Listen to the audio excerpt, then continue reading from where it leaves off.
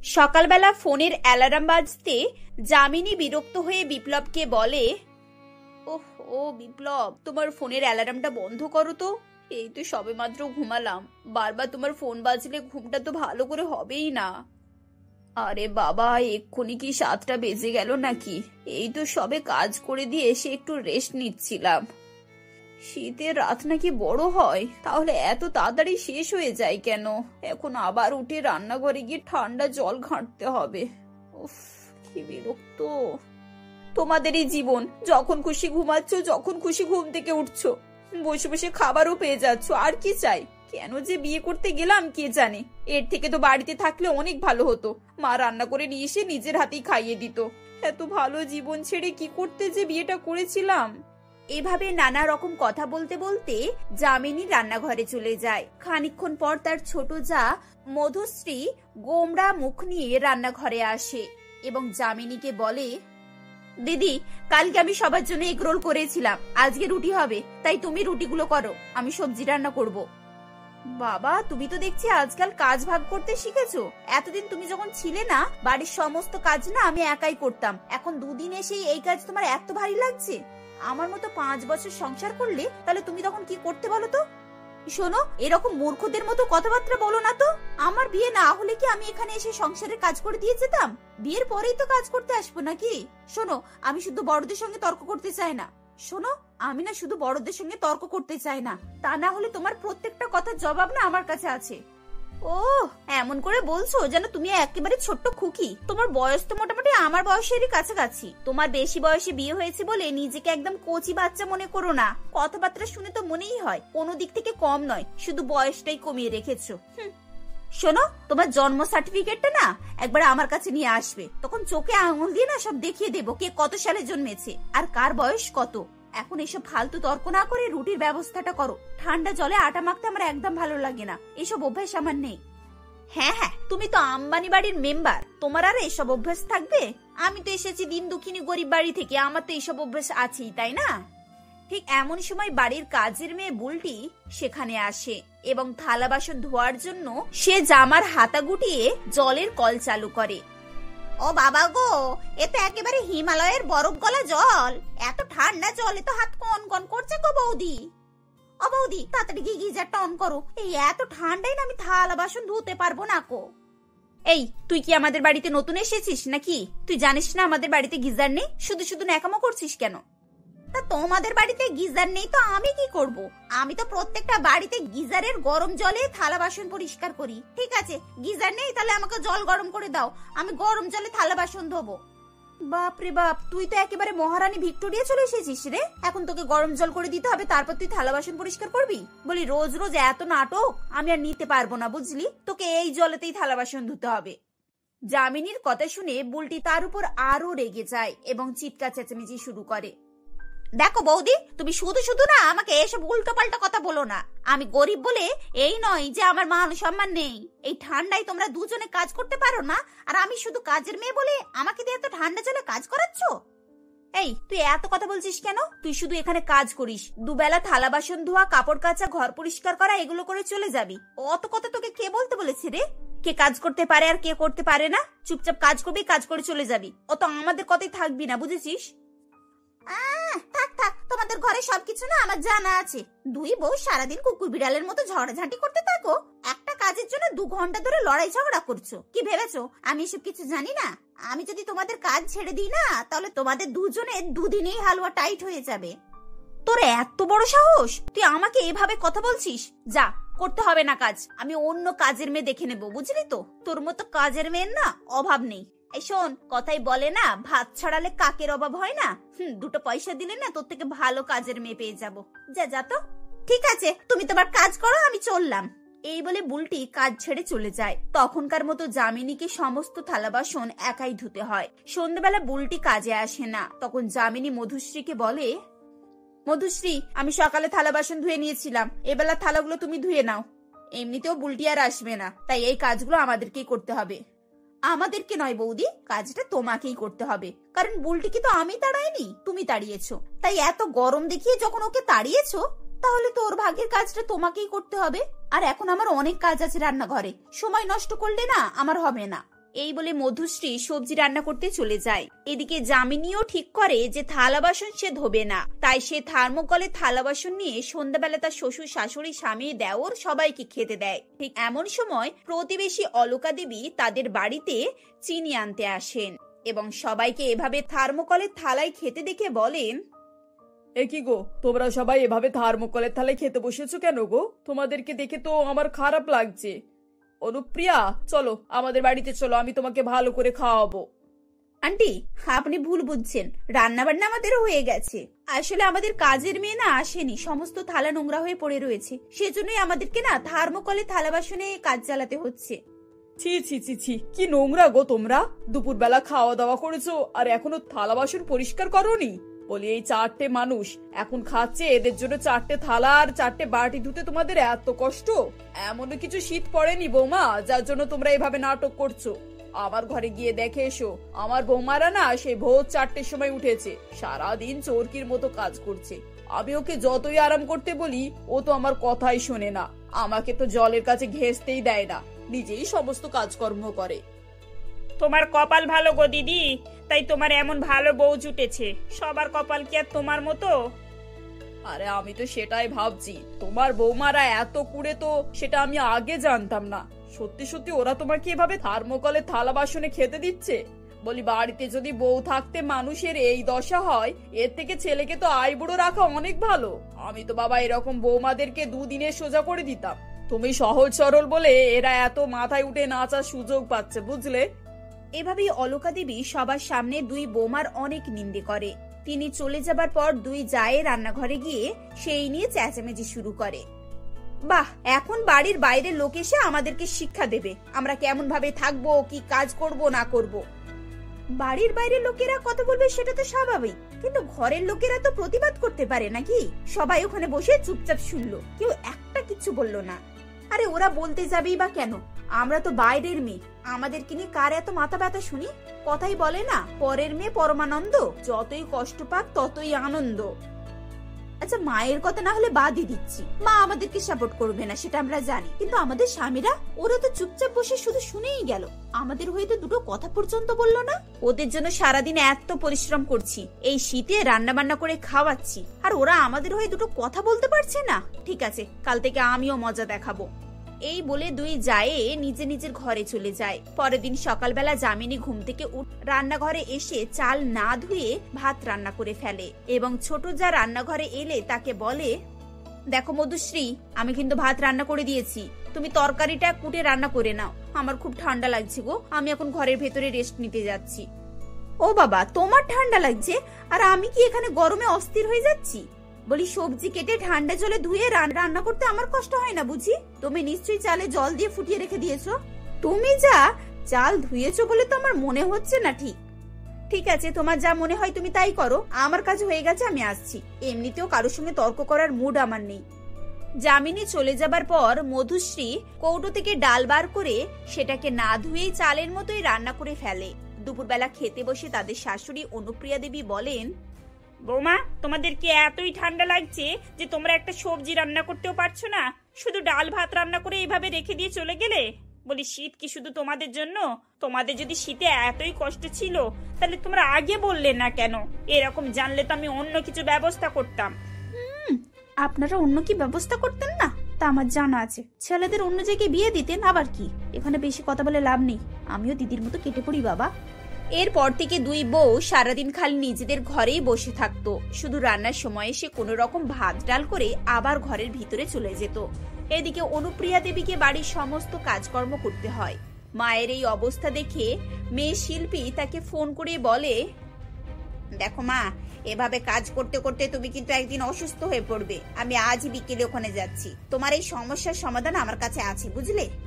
বিকেলবেলা শিল্পী তার বাপের বাড়িতে আসে এবং সবার সামনে ব্যাগ থেকে 4টে টিকিট বার করে দেখিয়ে বলে, এই দেখো মা, তোমার জামাই ওর অফিস থেকে 4টে লন্ডনের টিকিট পেয়েছে, 15 দিনের ট্যুর, আমরা দুজনে যাচ্ছি, আর দুজন পার্টনার পেলে না খুব ভালো হতো, তুমি আর বাবা কি আমাদের সঙ্গে যেতে পারবে? লন্ডনে যাওয়ার কথা শুনে দুই বউয়ের চোখ লোভে চকচক করে ওঠে এবং মধুশ্রী বলে, দিদি, বাবা মা তো বয়স্ক, এমনিতেও ওনাদের হাঁটুর ব্যথা, ঠান্ডার সমস্যা, ওনারা কি করে লন্ডনে যাবেন বলো তো? এক কাজ করো না, আমি আর তোমার ছোটদা অনেকদিন থেকেই ভাবছিলাম কোথাও ঘুরে এলে হতো। দিদি, আমার ঠান্ডা দেশে যাওয়ার না খুব শখ। এমনিতেও এই শীতকালে না সারা শরীর ঢেকে বরফে ঘোরাফেরা করার আনন্দটাই আলাদা, তার উপরে ঠান্ডা ঠান্ডা আইসক্রিম, কি মজা। তুমি চুপ করো দিদি, তোমার তো ঠান্ডা সহ্য হয় না, তুমি কি করবে? দিদি, তুমি আমাকে নিয়ে চলো, ঠান্ডাতে আমার কোনো প্রবলেম নেই, আমি একদম ফিট অ্যান্ড ফাইন। তো আমি কি অসুস্থ নাকি? এই শীতে না আমি এখনো রাত 2টো অবধি একটা জামাতে গোটা কলকাতা ঘুরে আসতে পারি, আমার কোনো সমস্যা হবে না। দুই বইয়ের কথা শুনে শাশুড়ি এগিয়ে বলেন, ও তাই নাকি বৌমা, তোমরা ঠান্ডায় বরফে ঘুরতে যেতে পারো, একটা জামায় কলকাতায় ঘুরতে পারো, আইসক্রিম খেতে পারো, আর রান্নাঘরে একটু ঠান্ডা জল ঘাঁটলেই তোমাদের 104 ডিগ্রি জ্বর উঠে যায়। তাদের সত্যি সবার সামনে এসে পড়ে এবং দুজনেই খুব লজ্জিত হয়ে পড়ে। শিল্পী তোমাদের সবার সামনে না মিথ্যে কথা বলেছে, এগুলো সিনেমার টিকিট, লন্ডনে যাওয়ার টিকিট নয়। তোমরা সবাই দেখলে আমার বৌমারা কিভাবে নাটক করে, সারাদিন ঘরের ভিতরে পড়ে থাকে। আজ থেকে তোমরা দুজন রান্নাঘরে সব কাজ করবে, আমি আর কাজের মেয়েকে ফিরিয়ে আনবো না। আর শোনো, তোমাদের যদি কাজ করতে সমস্যা হয় তাহলে তোমরা বাপের বাড়িতে চলে যাও, আমার কোনো আপত্তি নেই, কিন্তু আমার বাড়িতে থাকতে হলে তোমাদের সব কাজ করতে হবে। নিজেদের সত্যি সবার সামনে ধরা পড়ে যাবার পর তাদের দুজনের আর কিছুই করার ছিল না। এরপর তারা বাধ্য হয়ে বাড়ির সমস্ত কাজকর্ম করতে শুরু করে এবং নিজেদের মধ্যে আর ঝামেলাঝাঁটি করে না। এভাবে শিল্পীর বুদ্ধিতে তার দুই বৌদি একেবারে সোজা হয়ে যায় এবং সংসারেও সুখ শান্তি ফিরে আসে। আজ অনামিকা দেবীর মন খুবই ভালো ছিল, কারণ তার দুই ছেলে অনিমেষ ও রণজয়ের বিয়ে ছিল। তারই পছন্দের দুই মেয়ে রজনী ও পাখির সঙ্গে হয়। রজনীর বাপের বাড়ির লোক খুবই বড় লোক ছিল, তাই সে বিয়ের পর টিভি, আলমারি, ফ্রিজ, ওয়াশিং মেশিন, এসি এই সমস্ত কিছুই তার সঙ্গে নিয়ে এসেছিল।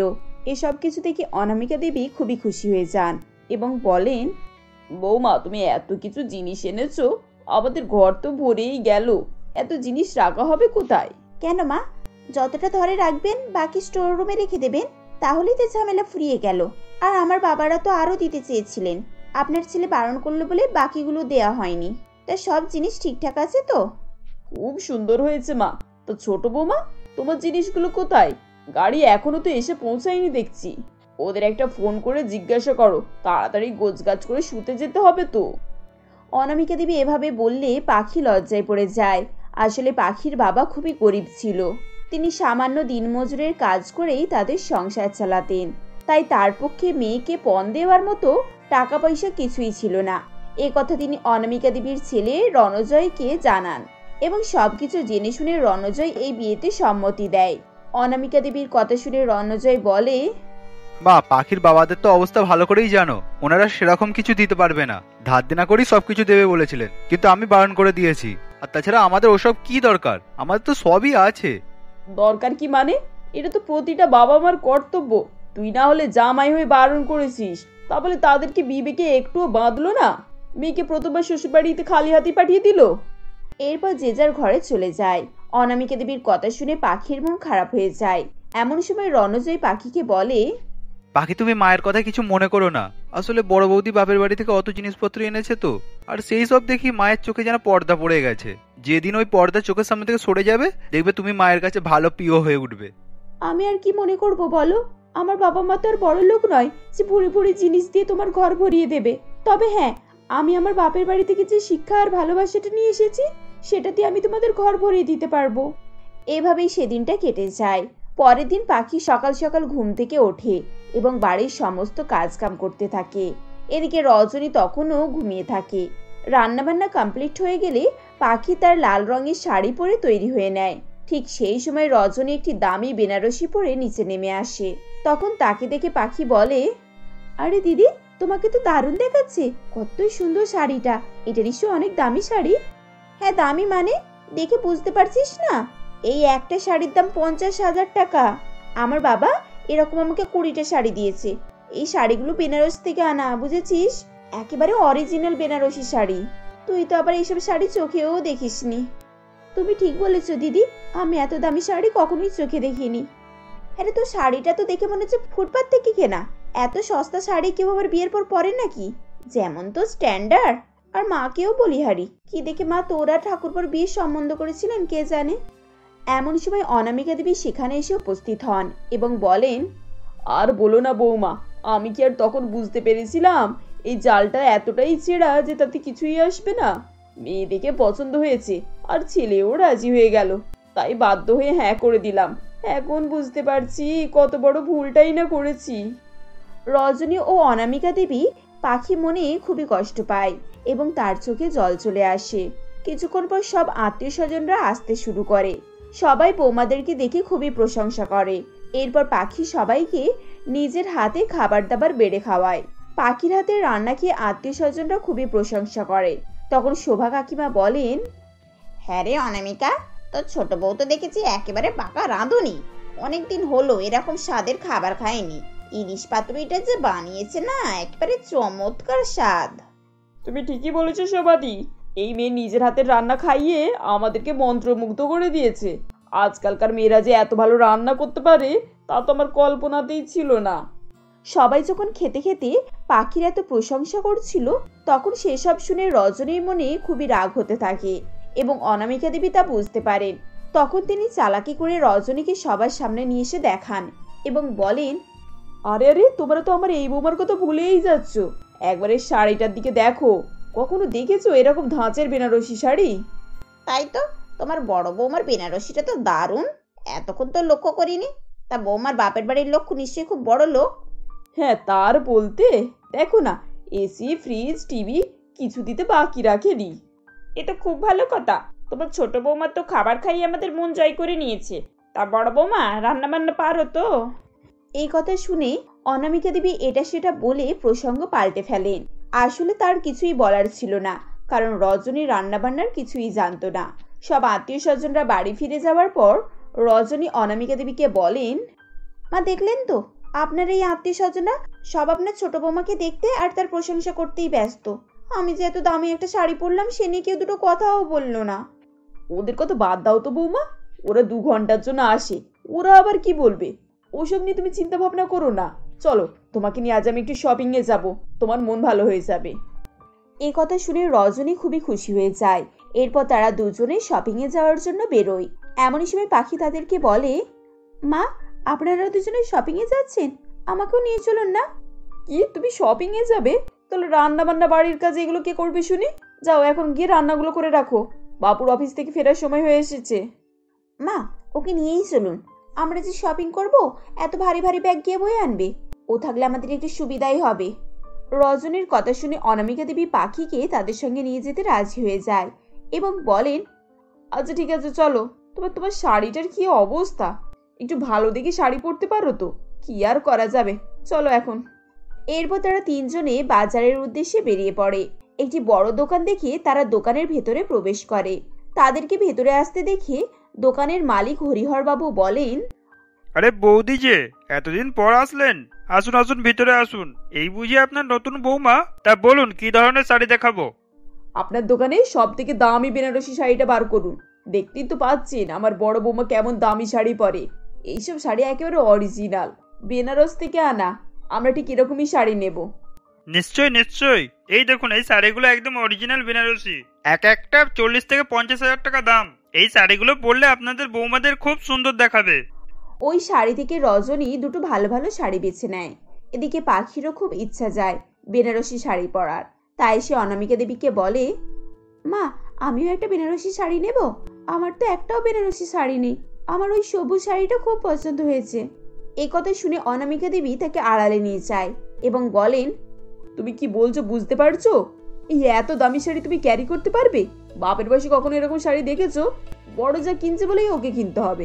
কোনো কিছু দেখলেই হয় বাপু, চুপচাপ ওখানে গিয়ে দাঁড়িয়ে থাকো।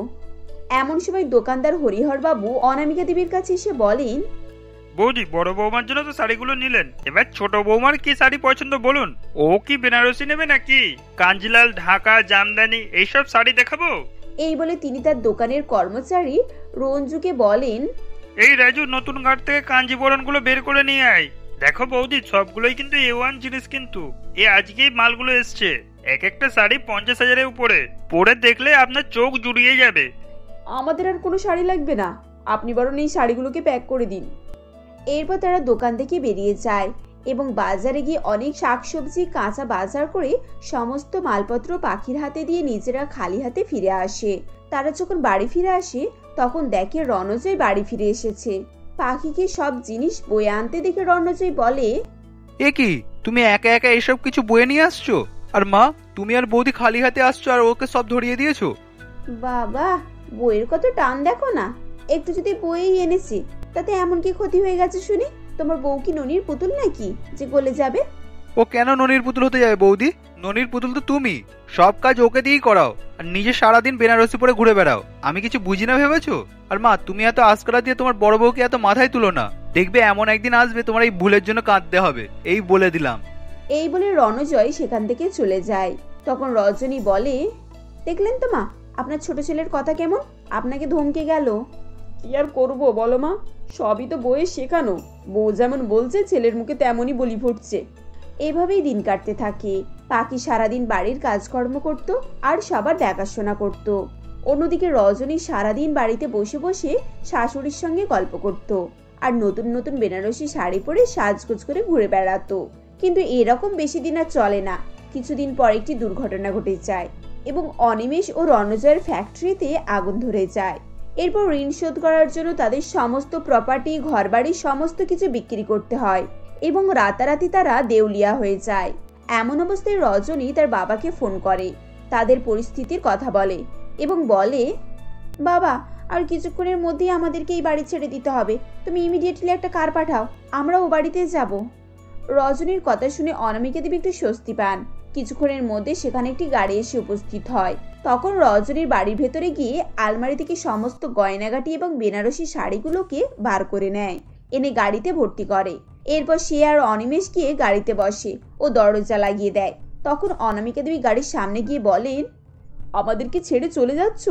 আমি তো ভাবলাম আমরাও তোমাদের সঙ্গে যাব। এখন এই পরিস্থিতিতে আমরা কোথায় যাব? আপনার কি মাথা খারাপ হয়ে গেছে মা? দেখতেই তো পাচ্ছেন গাড়িতে আর একটুও জায়গা নেই। পিছনে সিটে যে জায়গা ছিল আমার ভালো ভালো দামি বেনারসি ভরে গেছে, ওখানে কারো বসা যাবে না, না হলে এগুলোও নষ্ট হয়ে যাবে। আমি এখন আসছি, বাবা তার মেয়ে জামাইয়ের জন্য অপেক্ষা করছে। এ কথা বলে রজনী অনিমেষকে নিয়ে সেখান থেকে চলে যায়। এদিকে পাখি রণজয়কে তার হাতের চুড়ি ও হার দিয়ে একটি সোনার দোকানে পাঠায় এবং রণজয় সেগুলোকে বিক্রি করে কিছু টাকা নিয়ে আসে। তখন তারা কিছু দূরে একটি ছোট বাড়ি ভাড়া করে এবং তারা অনামিকা দেবীকে তাদের সঙ্গে নিয়ে যায়। তখন পাখি বলে, মা, এই বাড়িটা খুব ছোট, কিন্তু এই মুহূর্তে এর থেকে ভালো বাড়ি জোগাড় করা আমার পক্ষে সম্ভব হয়নি। আপনার এখানে থাকতে কষ্ট হবে না তো? এর মধ্যে অনামিকা দেবী তার ভুল বুঝতে পারেন এবং তিনি খুবই লজ্জিত হন ও বলেন, তোমরা আমাকে ক্ষমা করে দাও মা, তোমার বাবা গরিব বলে আমি তোমাদের সাথে অনেক বড় অন্যায় করেছি। সবসময় বড় বৌমাকেই গুরুত্ব দিয়েছি আর তোমাকে ছোট করেছি। আজ উপরওয়ালা সেটারই শাস্তি দিচ্ছে আমাকে। দেখলে তো, আমি বলেছিলাম দিন তুমি তোমার ভুল বুঝতে পারবে। আর তোমার বড় বৌমা তোমায় রেখে কেমন একা একা চলে গেল, দেখলে তো? এতটুকু বুঝলো না যে যে মানুষটা সারা জীবন ওকে সাপোর্ট করে এসেছে তাকে এই দুদিনের সময় কিভাবে একা ফেলে চলে যায়। আজ ওদের কাছে তোমার থেকে কয়েকটা বেনারসির গুরুত্ব বেশি হয়ে গেল। হ্যাঁ, এই সব আমার কর্মফল রে বাবা। আমি এতদিন ওই বেনারসি শাড়ির জন্য ছোট বৌমাকে কাঁদিয়েছি, আজ উপরওয়ালা আমাকে ওই শাড়ির জন্যই কাঁদালো। এভাবেই তিনি কান্নাকাটি করে তাদের কাছে ক্ষমা চান। পাখি এবং রণজয় তাদের মায়ের ভুল ক্ষমা করে দেয়। এরপর সেই বাড়িতে তারা একসঙ্গে থাকতে শুরু করে। প্রথম প্রথম তাদের থাকতে একটু অসুবিধা হচ্ছিল, কিন্তু 2-1 দিনের মধ্যে রণজয় একটি কারখানাতে চাকরি পেয়ে যায়। অন্যদিকে পাখিও খুবই পরিশ্রমী ও গুণী মেয়ে ছিল। সে তার হাতে বিভিন্ন ছোট ছোট ঘরোয়া জিনিসপত্র বানিয়ে বিক্রি করতে শুরু করে। ধীরে ধীরে অনামিকা দেবীও পাখির কাজে সাহায্য করতে থাকে এবং দেখতে দেখতে তারা একটি ছোটখাটো কারখানা খুলে ফেলে ও তাদের দুঃখ কষ্ট চলে যায়। এখন তারা সুখে শান্তিতেই বসবাস করতে থাকে।